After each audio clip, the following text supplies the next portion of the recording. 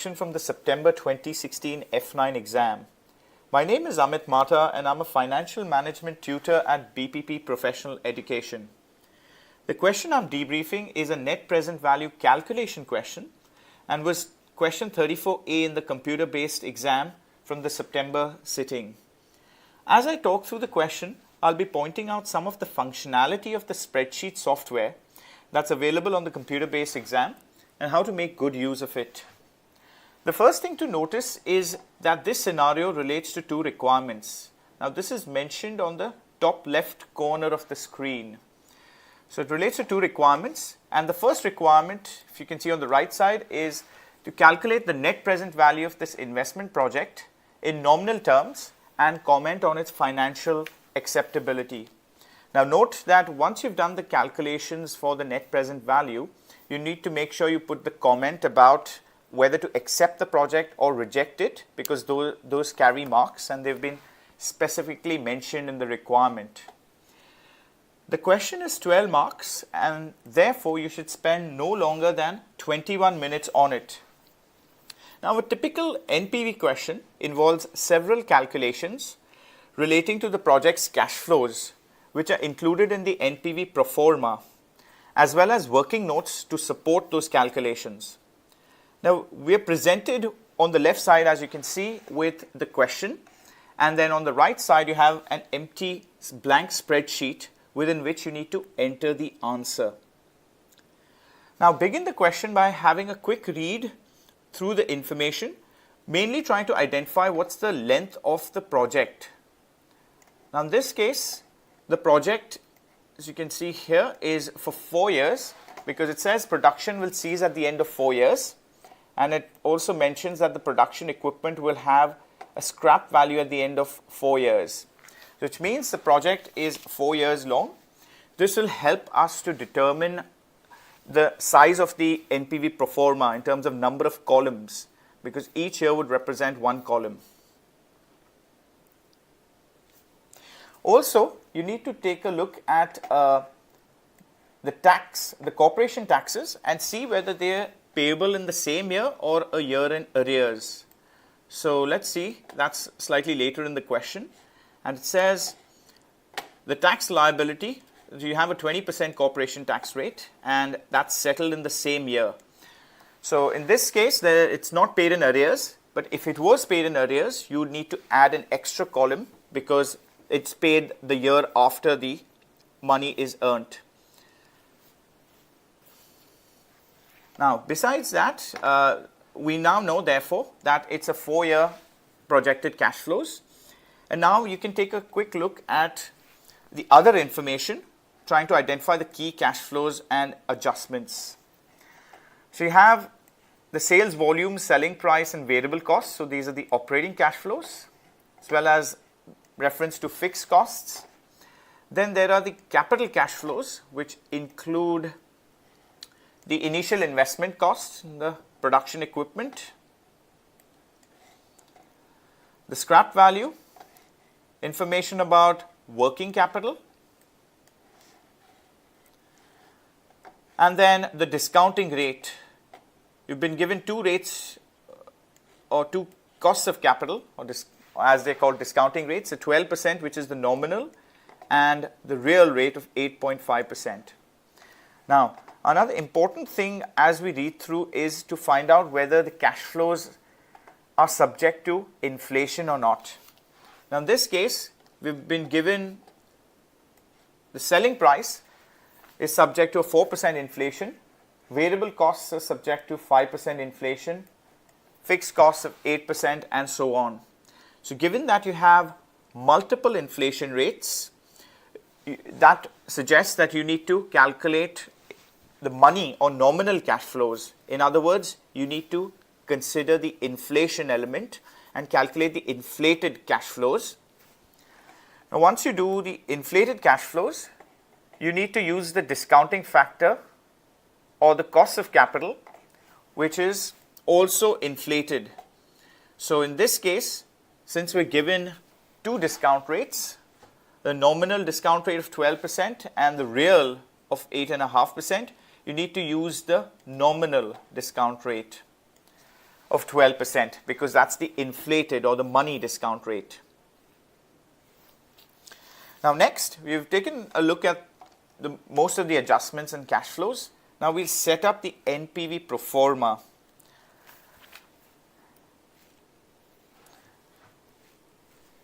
So the first column will include the particulars.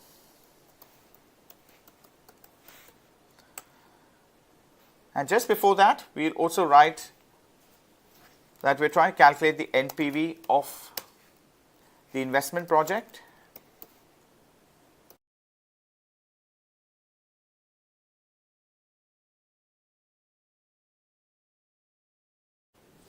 Right, we've set up the NPV pro forma. So I put in a title. So the first column is the title, and then below it I've got particulars. The amounts in thousands because it makes it quicker to calculate by rounding off to thousands. And the project life with 4 years. So 4 columns plus an extra column for year 0, which is any cash flows at the present now. So you can format the headings by making it bold, so by using the bold key, even make it italics if you want, and then you can resize these columns by just clicking on the column and dragging it across. So dragging to increase the size. So the particulars column will have the description, so I'm making it slightly larger, and then you have the cash flows. So once you've done this, you can just copy this format and you can create your working notes column just below. So about 20 lines because the pro forma should not be more than 20 lines. So again, I'll copy this and then I'll just paste it a few lines below. So now I've created the NPV pro forma. Now just to re-emphasize, I have the particulars column, and you can resize it by just clicking on the column and increasing and dragging it across to the left or right to increase or decrease the size.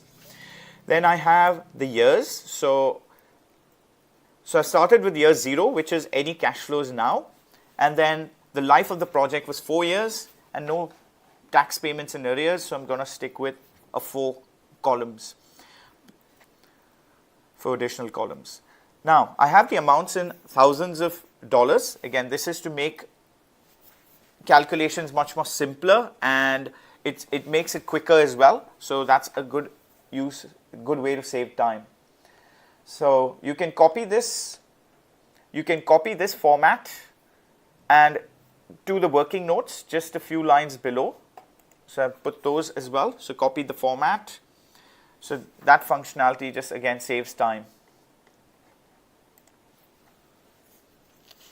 Now, what will be included in your NPV format? It starts with your operating cash flows, so starting with sales. Then you'll have your variable costs, which are deducted. And then once you deduct your variable costs, you'll have contribution, followed by fixed costs to get your pre-tax operating cash flows.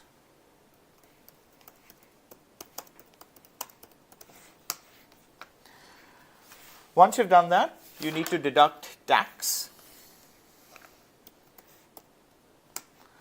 and then you'll get your post-tax operating cash flows. Once you've done your operating cash flows, then you can have your capital cash flows, which will include the purchase of your investment, any resale value, so scrap value, and one of the other usual adjustments is tax allowable depreciation. So that will also affect my cash flows.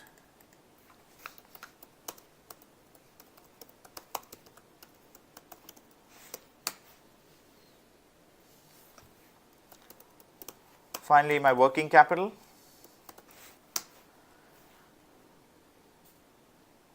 And then you'll have your discounting factor to close off with the NPV or net present value at the end. So let's start off by first calculating the value of sales. So I'll go to the working note section. So as we can see the information given in the question in the box, we have the sales volume, the selling price, and sales. They've mentioned that the selling price is subject to 4% inflation. So let's work on that.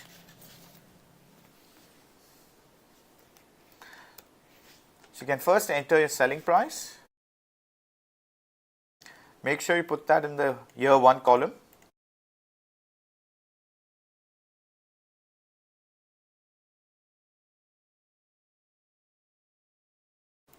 Now, you set up the workings for your sales, and for the first year, we've entered the selling price for each year, and then they're all subject to 4% inflation.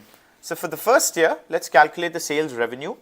So we have a selling price, and we want to incorporate inflation here to calculate the nominal selling price or the inflated selling price. So I'll just take 1 multiply by 1.04. So it gives you 1.04. So my inflated selling price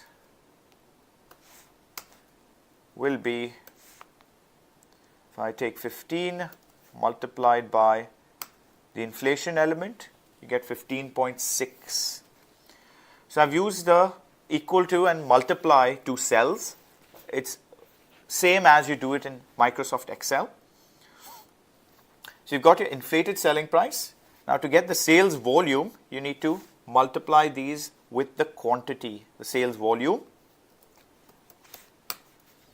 So the volume given is 200,000 for the first year. Because we're doing it in thousands, so I'll just write 200 here because the amounts are in thousands. So I'll get the sales revenue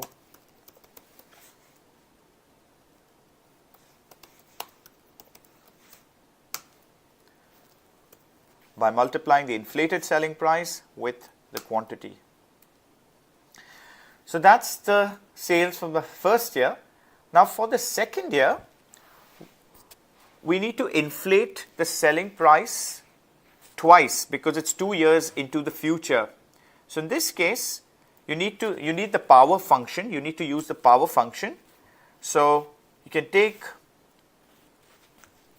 calculate this by using equals to the power function,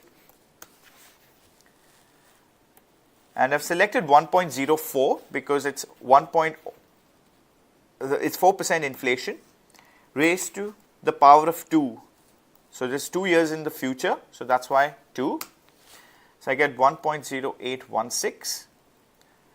Similarly for year 3, I'll use the same function, so equals to power, taking 1.04 raised to the power of 3.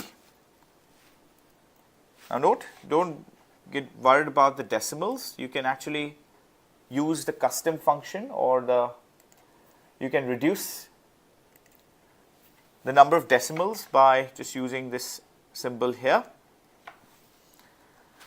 For the fourth year, again, we'll do the same thing. Use the power function. There's the power of 4.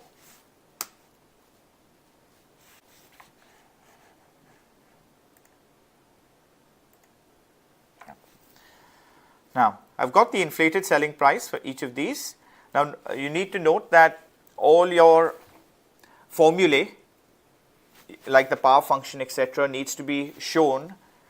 So the examiner, you can do this on the calculator as well, but you need to show these. It's better to show all the functionality, all the formulae, because it makes it easier for the marker to know, and he'll check the formulae while marking. So now I can just simply copy and paste, use a copy and paste functionality. So let me do it using,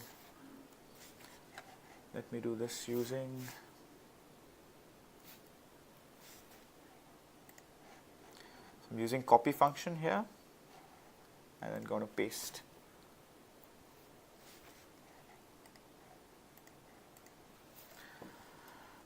Okay, the shortcut to the copy and paste is also using Control C and Control V, and that's what you can use as well.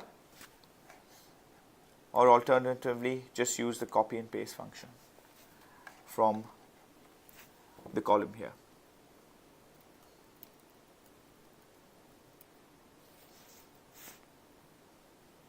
Now let's copy the sales volume. So you have 800,000 in the second year, so I'll just write 800.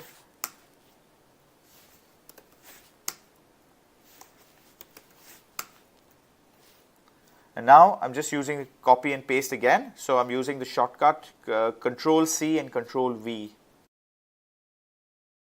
I formatted to 2 decimals. Actually, don't need decimals as well. I've got the final values.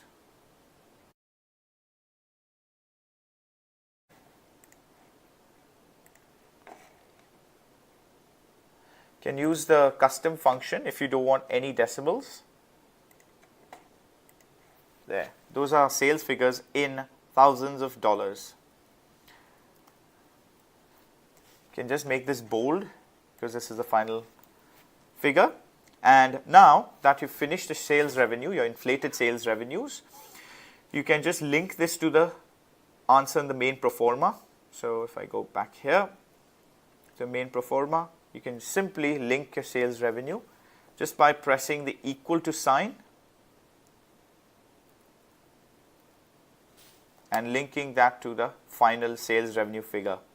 Again, make the best use of the software functionality by using copy and paste.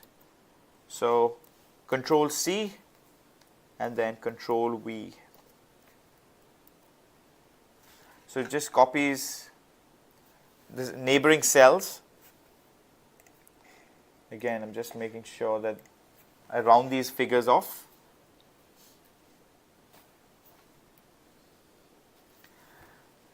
So each of these are linking to the working note column. So this tells the examiner that where you've got your figures from, and he can then cross-refer it to or cross-check it with your calculations in the workings column. So that's the calculation for sales. The next thing to do is to calculate your variable costs. Now, like sales, even variable costs are subject to inflation, and the inflation for variable costs is 5% per year. So, and again, you're going to use the volume, sales volume multiplied by the inflated variable costs. So, because it's a very identical process to sales, you can just simply copy and paste the sales, because it's very similar to the sales calculations. You can just simply copy and paste these workings and just make changes to the price and the inflation rate. So just to show you that, so if I just copy this, so I'm using Control C to copy and then Control V, just copying it below, and instead of selling price, I'll just write variable costs. And my variable cost figures, they are 9 for each year, as you can see here in the question. So just add 9. Now, the inflation for variable cost is 5%, so I'll just update that. So 1.04, it's going to be 1.05. Link to the 1.05, so in terms of the inflation column, so the power sign will remain the same because it's linking to the 1.05 now, the 5% inflation. And similarly, even the next column relates to the 1.05 inflation. So on that basis, using the power function, we get the inflated variable costs, variable cost per unit, and then the volume remains the same, and therefore it's a sales revenue. I have our total variable costs. So these are in thousands. Again, you can link these to the main NPV working. So I'm just going to write equal to and just select the relevant final answer from the workings, and again copy and paste.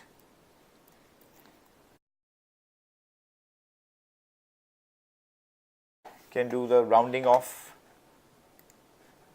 maybe right at the end to save time.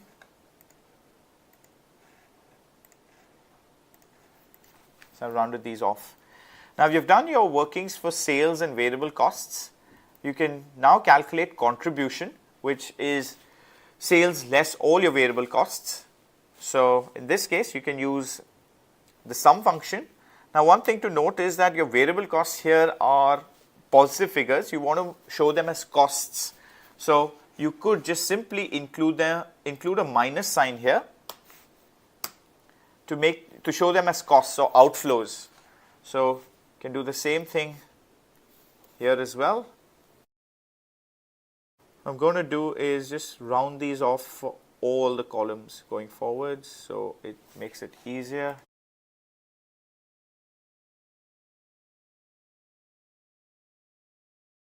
If I've just added a minus sign to this to show them as costs, now we can calculate contribution, which is sales minus the variable costs. So we can just simply sum these figures. So I can use the sum function.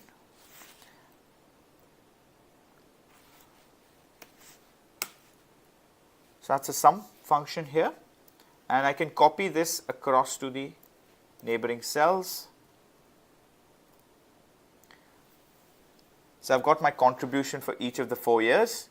Now note, because this is a subtotal, you can just make this bold. You can make this column bold, and also format it you could underline the previous figures by using the format function. So if you right click on your mouse, use the format cells, you can just go to border and you can just click on bottom because you want to underline the bottom figure, and this makes it look like a nice subtotal. So this is more about presentation. Something to note that there are no marks given for presentation. However, if it's neatly presented, it's easier for the marker to mark and score you. So a well presented pro forma, especially with so many calculations for the NPV, is a good idea. So a bit of presentation is good, but again, don't spend too long because there are no additional marks given for this. We now move on to fixed costs. As you can see, the fixed costs in the question, they're 500,000 every year in current price terms. Now, current price terms means it's uninflated, it's today's prices. So these are not inflated, and we need to inflate them at 8% each year. So we go back to our working notes and calculate fixed costs. Now fixed costs, because being whole amounts, you don't need the volume, you don't need to multiply it by the volume. So you can simply just write 500 for the first year, and you need to inflate it by 8%. So 8%, so I just write inflation here.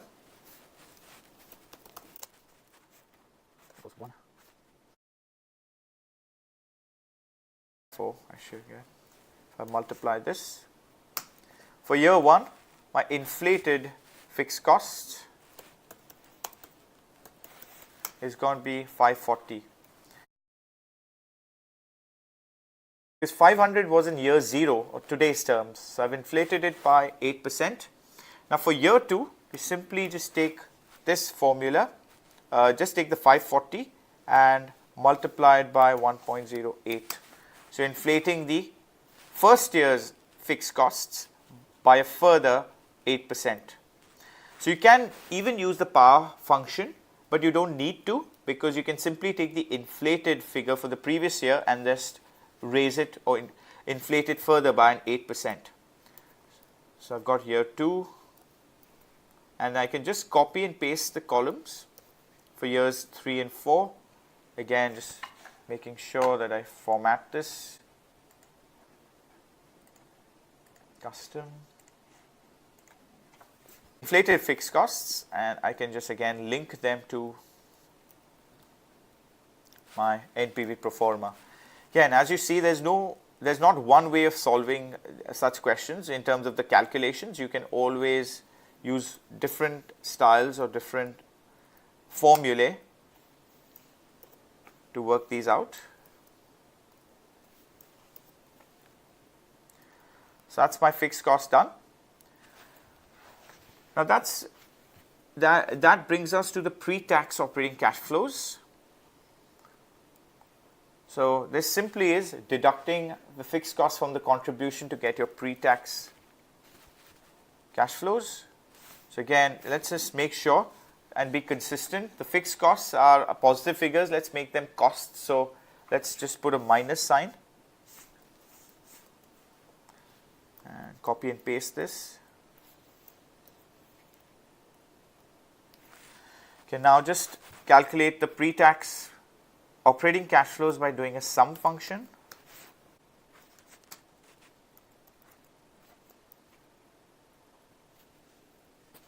Because this is a subtotal, you can just make this bold. So select the entire column using your mouse. Yes, you can make it bold.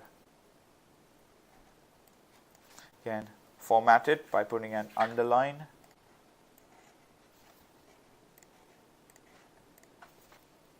Time. So now tax. This is corporation tax, and they've mentioned corporation tax is at 20%. Add that on. Okay. Outflow 690 times 0.2, and I can copy and paste this across the other 3 years. And again, just do a sum function again.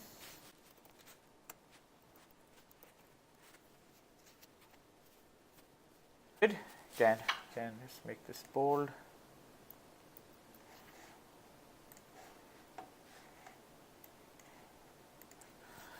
So once you've done this, you can move on to your capital cash flows. So that includes your purchase of your equipment. So as I've mentioned here, equipment was purchased for 2.5 million, and it was purchased initially. That means, and it is payable at the start of the first year, and that would mean it's in years 0, in T0. It's the equipment purchase at the beginning of year 1, which is now. So 2.5 million. And because it's an outflow, I'll put this in as a negative. They've also mentioned the scrap value. They've said the scrap value is 125,000 at the end of the 4th year, and this is in future value terms, which means they've already considered inflation in here. So you don't need to inflate it. 125,000. Now because this is an inflow, put this as a positive figure. It's my scrap value. Now next, you need to do your tax allowable depreciation, and for which you need a working note.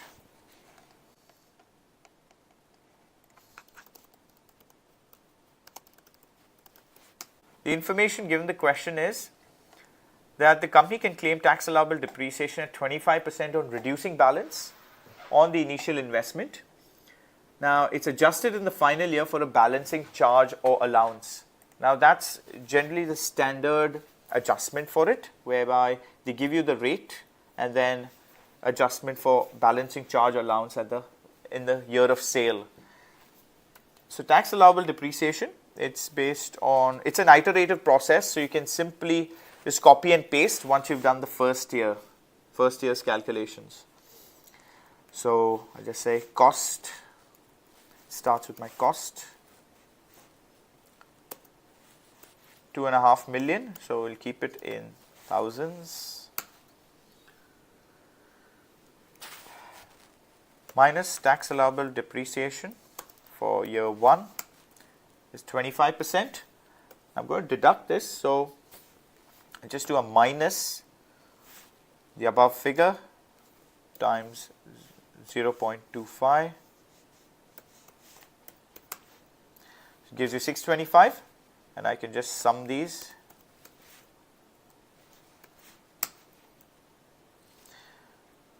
Okay, and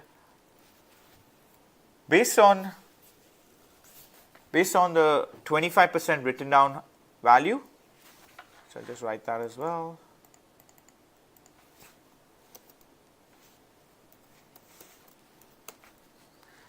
Based on that, the benefit is you get a tax allowance on this by HMRC, 20%. So you can calculate 20% of the deduction. So I'll just write here into 0.2. So it gives you minus 125. Now tax allowable depreciation is an inflow. So I should put a minus here just to remove the negative sign. So it gives me 125,000 positive inflow. Now the timing of this, all taxes are paid in the same year as they incurred. So this tax benefit will also happen in the same year. So in this case, it's going to be T1, the first year. So I've just calculated the tax allowable depreciation benefit, or tax benefit I should write. 125,000, timing is T1. Now we've done this for 1 year. You simply have to just copy and paste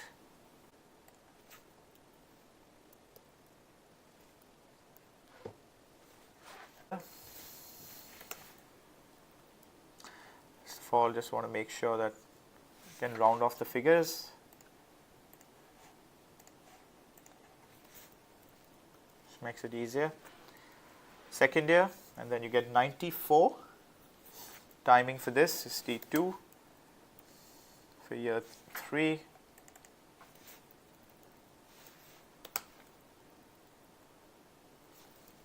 T3,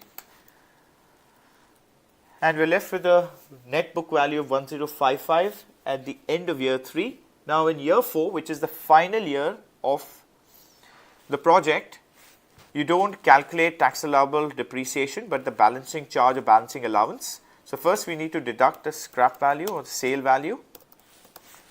And we saw that the sale value or production equipment has scrap value of 125,000. So deduct 125, then you can take a sum.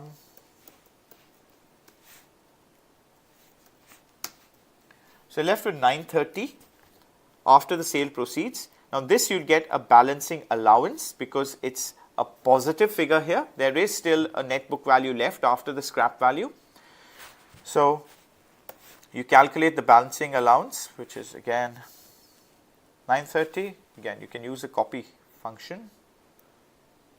No, I'll just go direct in this case.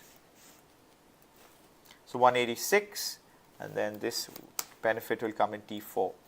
So that's the tax benefit.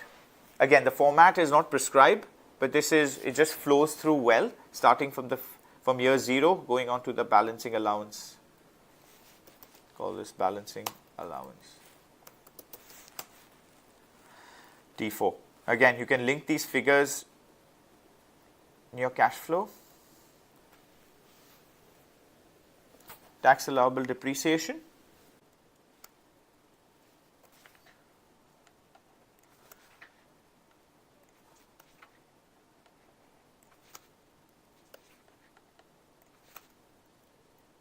Working capital is investment in to manage your day-to-day running of the project, and in this case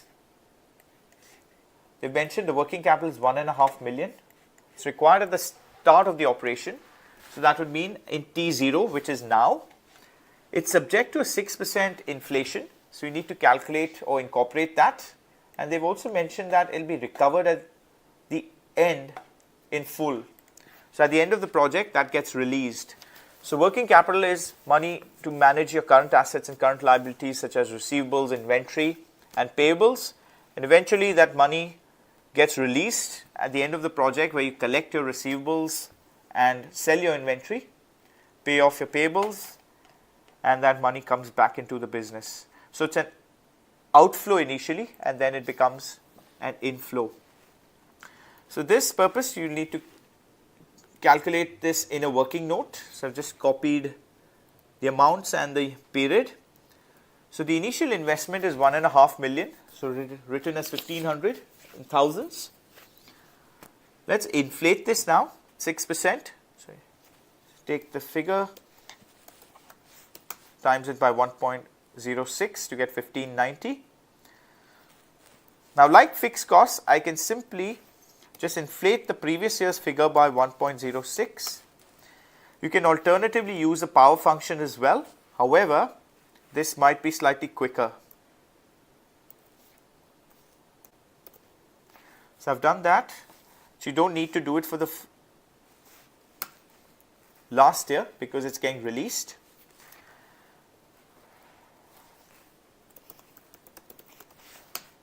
Now note that when a company invests in working capital, it needs to invest an initial amount and just the differential or incremental amounts during the rest of the years.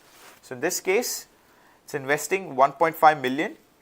Because it's an investment, it's an outflow, so I'm writing it as a negative. So that's in year 0. Now for year 1, I'll just take the differential, let's bring in brackets.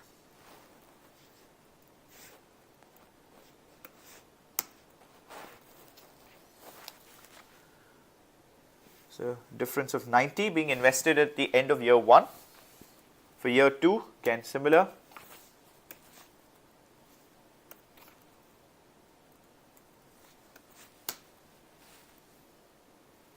And then I can just copy and paste it for the last year. So that's the investment, a big amount initially, and because of inflation, there'll be a small differential which needs to be invested at the end of years 1, 2, and 3.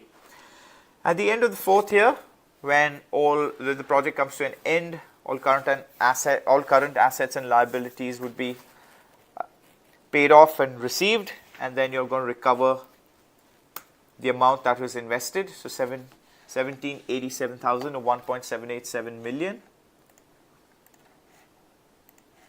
That gets released, and that's a positive inflow. So that's the calculation for working capital. We just trace this to our main NPV pro forma.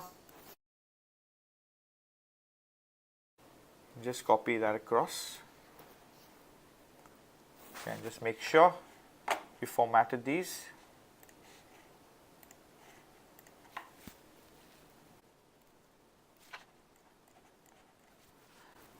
Right, those are all the adjustments. Finally, we get our net cash flows from the project, from the operating and the capital cash flows. So we have the net cash flows where we can just sum up the values from above. You can use the copy and paste function.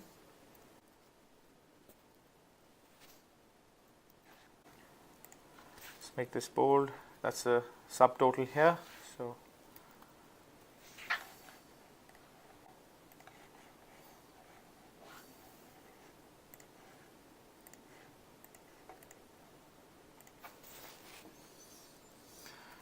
last part of this question is just about using the discount rate. Now we've been given two discount rates. We have the nominal one, which is the inflated or money discount factor, 12%, and the real. Between the two, because we've got money cash flows or nominal cash flows, we'll use the nominal discount rate. So that's 12%.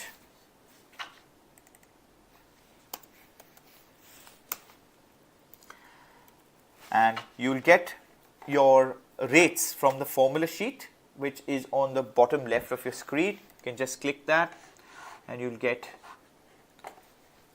your discount tables.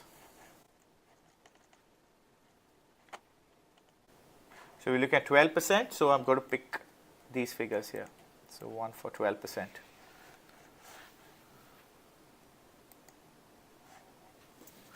So for year 0, there's no discounting. So I write 1 because the present value of anything now is the same value.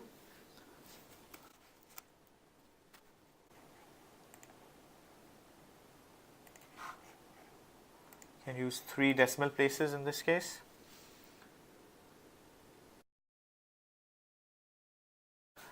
You calculate the present values by multiplying the cash flows with the discount factor. And you can just add up all the cash flows to get the net present value. That is the final answer. 11,984,000. So it's a positive figure. So make sure that you write at the end that you're going to accept the project. So you write the conclusion because that carries marks.